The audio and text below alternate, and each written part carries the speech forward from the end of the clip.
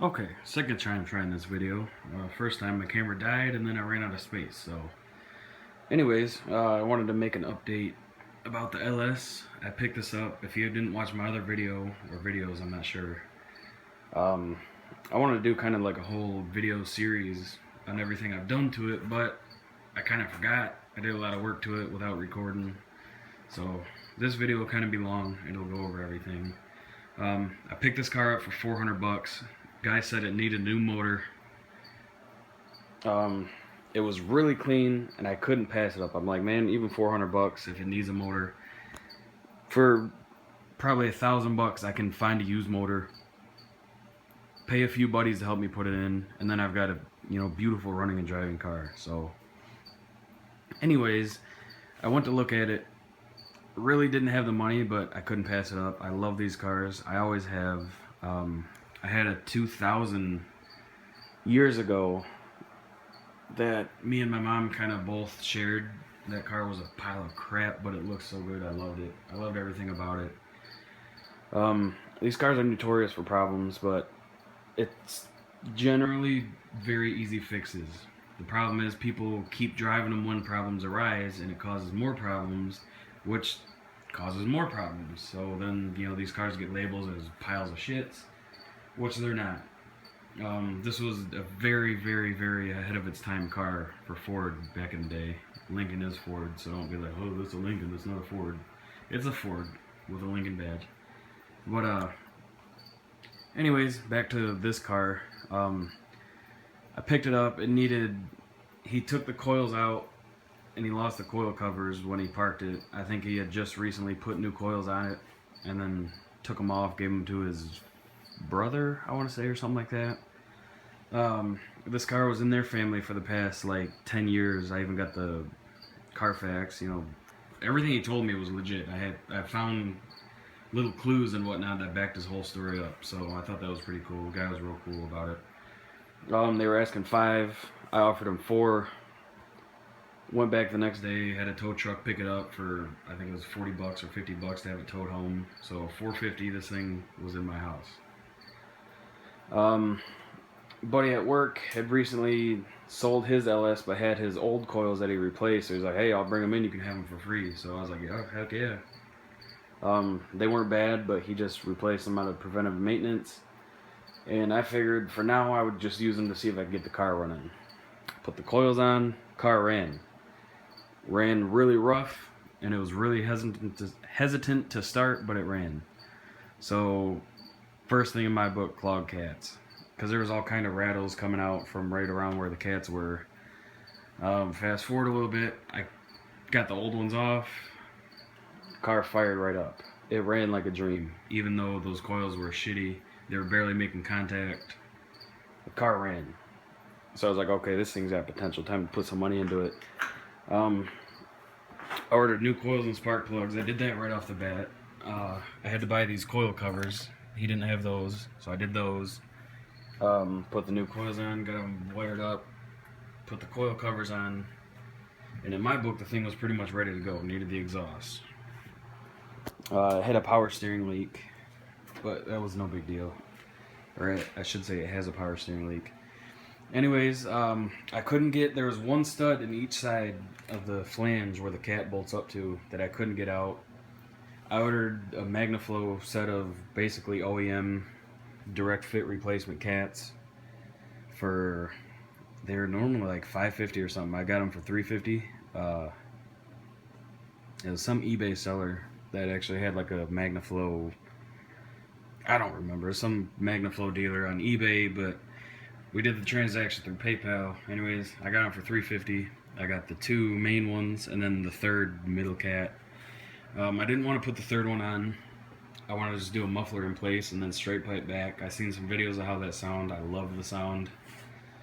But my muffler guy wouldn't work on it. He just, I guess, recently got busted for, I'm not sure, something involved with catalytic converters. So basically he's like, if I get caught again, my license is gone, I lose my shop.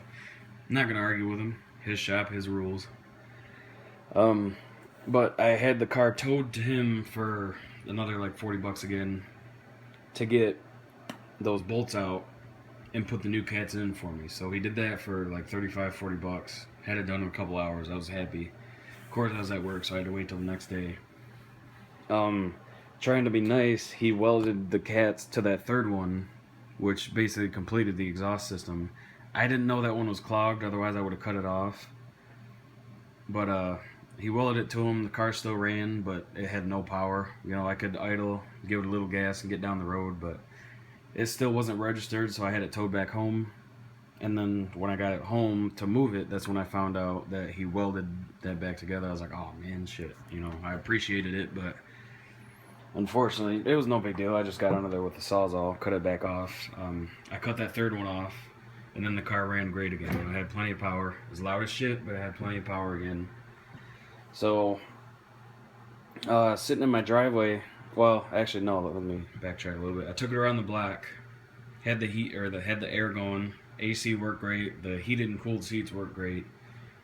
I was getting close to my house. I looked down at the temperature gauge. The needles were just climbing up. So I was like, oh shit. So I got it back home.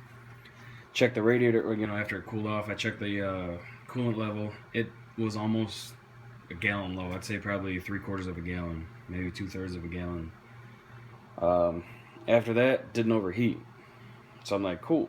But I wanted to know where the coolant go, because coolant doesn't just evaporate, it doesn't disappear. You know, it's either getting leaked out or burned out. A couple of days later, I had a small puddle right about this area under the car. So I'm like, uh-oh, some of these hoses are leaking. No. Common issue with these, aside from everything else, is the radiator develops cracks in the plastic right in this area, on this side of the radiator, I should say. That's what happened with mine. Basically, it would leak sometimes, then other times I could go for a week. There wouldn't be anything under it. So it had a mind of its own. I replaced the radiator. I don't know how good you can see, but it's a brand new one right there. And the leak was gone. So I bled the system, filled it up, flushed it. There was some oil coming out of the bottom radiator hose. I don't know if you can see down there where that blue oil filter is. How good my camera's going to focus, probably not that good. Down there where those two fittings are above that blue oil filter, that is an oil cooler. Off of the lower radiator hose, it splits off. You can see right there. And that helps warm the oil in the winter, and then in the summer, or when the car's warm, it helps cool it. Weird design, but hey, it works, I guess. But it's very common for those to get like a breach in the wall, and what happens, because the oil has a lot more pressure, the oil gets into the coolant, but not vice versa. So I had just a tiny bit of oil, so I replaced that. That was like, I don't know, I think 80 or 90 bucks. Really easy to change, literally one bolt, pops right off, screw the new one back in. And then I flushed the system like 4 times. I used, I'm not sure, it was a dishwasher powder detergent. I mixed it up with some water, poured it in there, just kept flushing it. I used the Prestone Super Flush. Got the water coming back out crystal clear, so I topped it off. Well, I've refilled it with Prestone coolant, the non-diluted kind. Got my good mixture going, the good 50-50 ratio, and everything was good. So I'm like, okay, this thing's pretty much ready to be driven. So that Monday, I went to Secretary of State. I got it registered and plated finally, put insurance on it. And Monday, I drove it to Muffler Man, and what I had him do is weld that third cat on, and then cut the mufflers off. The mufflers were back at the tailpipes, basically. Excuse me. He cut those off, put regular pipe in place, but I still got the nice chrome tips. And then he called me later on that day. I was just heading out for work. He said, hey, car's about done, you can come pick it up. So of course I had to go all day at work knowing the car's done. So it was like the world's slowest day ever. And then went back Tuesday morning. I picked it up, went straight to the car wash. You know, the thing needed a good bath. I spent $6 or $7, you know, scrubbed it down. It was night and day. It looked so much better. I drove it around. The thing is driving great. The only issue is definitely needs some suspension work, like, you know, ball joints. Just typical stuff, typical wear and tear stuff, ball joints. The brakes are great, actually. They were so rusted, so as you can see, those are going to get replaced because that pad is definitely not even. But rotors and pads aren't that expensive. It'd be about $200 all around if you order them online for some good Ray Besto stuff with ceramic pads. So that's probably one of my next ones because brakes are really important if you don't know that. But other than that, like ball joints, you know, just stuff like that, normal wear and tear stuff. Because getting up to 70 on the highway, there's a little shake, so I'm gonna get the wheels balanced. Well, I'm gonna do the ball joints and brakes and stuff, and then I'm gonna get it balanced and aligned. And then the thing should basically just float down the road. Other than that, the thing was great. Transmission shifts a little firm sometimes, so all the symptoms I had, I Googled, and it pointed me in the direction of the transmission solenoid, which is like $250-$300, and probably an hour to drop the trans pan, drain the fluid out, bolt the new one in, you know, unbolt the old one, bolt the new one in, and then bolt the trans pan back on, fill it with fluid. That's basically all it is. So I'm gonna do that. But I was driving it for like 3 days to work and back, you know, down into Ohio from Michigan. So I put a little over 200 miles on it, problem free. It was running and driving great. And then it overheated. It started overheating on the highway. I was cruising home Wednesday night, and I'm like, oh, uh-oh, I smell some coolant. So I'm like, okay, hopefully it's one of these other cars around me. But the smell just got stronger and stronger, you know, as they went by. I was really like the only car, so I got in the right lane. I was like, in case that is me, I'm gonna get in the right lane. Sure as hell, started overheating. I pulled right over.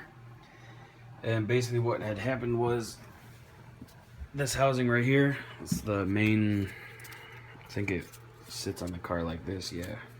This is like right here. And I'm looking, I'm like, what the hell is the issue? You know, there's other parts that bolt for this obviously on the ground, but you know, this is the upper radiator hose right here. The lower radiator hose comes out of here, off that part. And then I see this hole. See, this side has this like cap type thing. This side does not. So that blew off somewhere.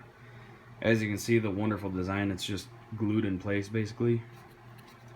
These cars are notorious for cooling system issues because the degas bottle, which is that thing, basically like your overflow tank and where you add the coolant, it gets cracks in the back just from heating and cooling and expanding, and it leaks. And then all these plastic parts, this is just pure plastic. You can see how it looks decent on the outside. You know, there's coolant on it now obviously because it leaked everywhere, but you see that orange? I don't know if you can kind of tell that brownish orange. That is just this thing deteriorating. This piece is probably original to the car. And I can't believe it lasted, you know, 186,000 miles. That's crazy. But this is the upper hose. See the plastic there? That cracks. That leaks. Not this one specifically, but in general, these do. Same thing with this. Here's your lower hose. That whole middle area is plastic. Guess what? It cracks. It leaks. So here is this bottle. Just to give you like a color comparison, this bottle should be white like that. Clearish, whitish. Mine is yellow as hell. In the car, you couldn't see much of it. So I'm like, no, it's not that bad. You know, it doesn't look that yellow. Check out the back. There's those cracks I mentioned. So what those do, those expand, it sucks in air, or it leaks out coolant, which would most likely burn off, so you won't actually see it leak on the ground. But anyways, I was just going to replace this one thermostat housing, because, you know, that's all that was bad, right? But everyone on the forums was like, hey, nope, replace everything. I know you don't want to hear it, it's going to be expensive, but it needs to be done. I was like, no, you know, it's just this one piece. Nope. I unbolted that one piece. I don't want to take this rag out too much, but you can see all that like residue, that white stuff. That was all coolant that was leaking. Nothing that I could see with everything in place, but all down there it was leaking. Out of that housing it was leaking. That bottle back there, it was leaking back there. So these guys are right. Don't argue with them. I paid. It's about $600 I got in parts for all the cooling system parts. So it's going to be a basically brand new cooling system, including the radiator. And once that's done, I've replaced damn near everything on this car. I got a brand new Egr valve. The only check engine light that was on after I got the exhaust all done, the O2 sensors back on and plugged in. The only check engine code was for the Egr valve, so I bought a new one for like 80-ish bucks. It was really easy to replace. It took me probably a half hour, and that was taking my time. It's right here, like on the top of the engine. Put that on. I have no check engine light, so really happy about that. I'm gonna clean all these intake parts off. I'm gonna throw a new gasket on there because, as you can see, that was not making a great seal. I mean, it was sealed, but you can see where some of the coolant was leaking and stuff like that. All that white residue. But other than that, this car is running great. So, a couple other little issues. It was raining Monday and Tuesday my whole way there. This thing's got the automatic wipers. It worked in the garage when I poured water on it, but when I turned them on, it didn't work. This is a little sensor. You can see it's got like some goop that kind of helps it make contact with the window. It's supposed to sit, flush on the window like that, but mine was kind of sitting on an angle, so it wasn't really making good contact. So I pull it off, and I'm just gonna have to. Basically, the sealant glue stuff was failing, so it wasn't sticking. So re-glue that on. That'll work. And then over here, you can see that pillar's popped off. I had a leak. That whole pillar was wet, and I was sitting at work. I was like, man, I don't want all this water dripping down into the dash and down into these kick panels. That's going to cause a lot of issues. So I popped it off. Luckily, it started dripping right there at the seam, like right there. So I put a cup on the ground. It caught all the water. Within like a normal 9-hour shift with some, I don't want to say light rain, but some decent rain, that cup was basically full. So that would have been all the water that was just pouring down into all the wiring and stuff. That would have been terrible. Wednesday, I broke down on the way home, which was like 4 in the morning. So technically it was Thursday morning at like 4 a.m. I got it home. Thursday it rained all day. I propped the cup up again, but it had fallen. So the rain went all over the floor, all over the seat bottom, which is why you see the fan there. That was like 2 days ago though, so it's completely dry now. I just haven't taken the fan out. But another funny thing, remember, I don't know if you watched my video, an issue I was having, this window did not roll down. All these ones did. Let me see, hold the button.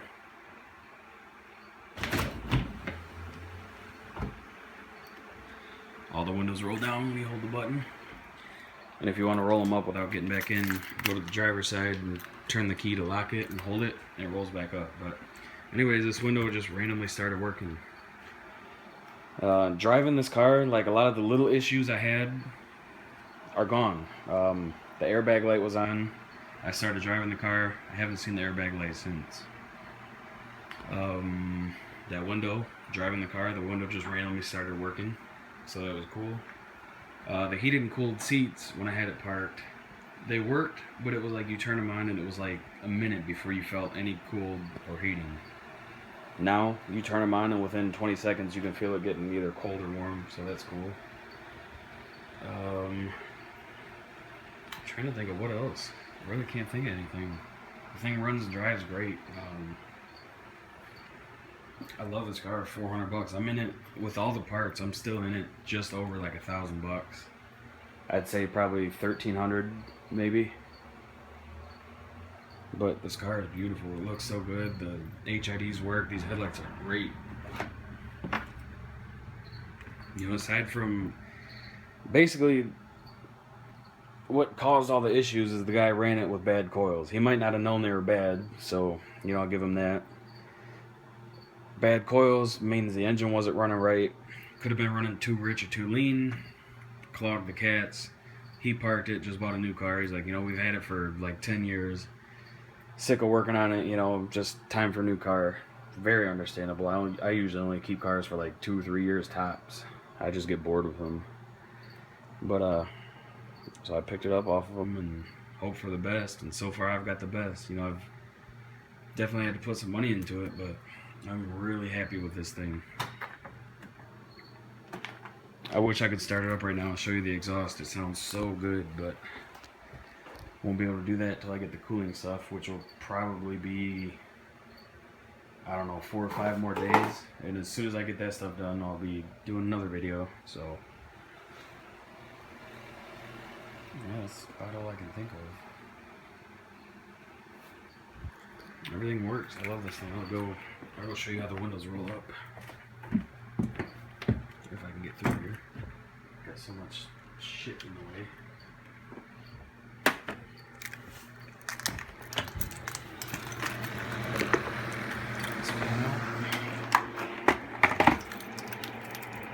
Put the key in, turn it to lock it, and hold it, and everything rolls up. And if you stop, the windows stop. Turn it again.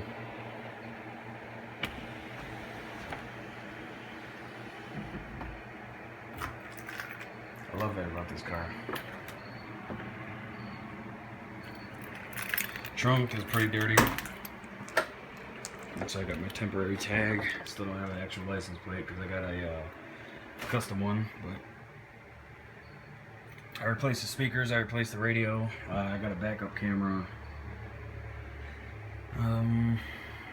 Oh, I do got a flip key too. This isn't the one for this car. This remote didn't work, but that's what it looks like. You see, this one doesn't work for this car. Panic button or nothing. I got one of those for my Explorer too. I love them. Get them off eBay for like 15 bucks. It's all in one. Here's the one for my Explorer. It's just, I like it so much better than having all these damn keys. This is like my main key ring. You know, I got every key on there, but close that. Yeah, ran some steel foam through the gas tank. You know, just like clean the fuel injectors and all that stuff out. Roll the windows back down a little bit. But that's it. That's all I can think of. So I'll clean that crap out. Got me a new. Gonna get a new cabin air filter while that's out. To get that bottle out, that one right there, you gotta take the strut brace and the windshield cowl off. So that's where I'm at. Here's my wipers. I'm gonna repaint those too. You can see those wiper arms have seen better days. So little stuff like that. It's gonna make the car look like night and day. Probably throw a fresh coat of black paint on there too, just to spruce it up. I thought this was cool. This car's got 3 windshield squirters. Big ass window, I guess, so that helps. But alright guys, thanks for watching. I will do another update very soon.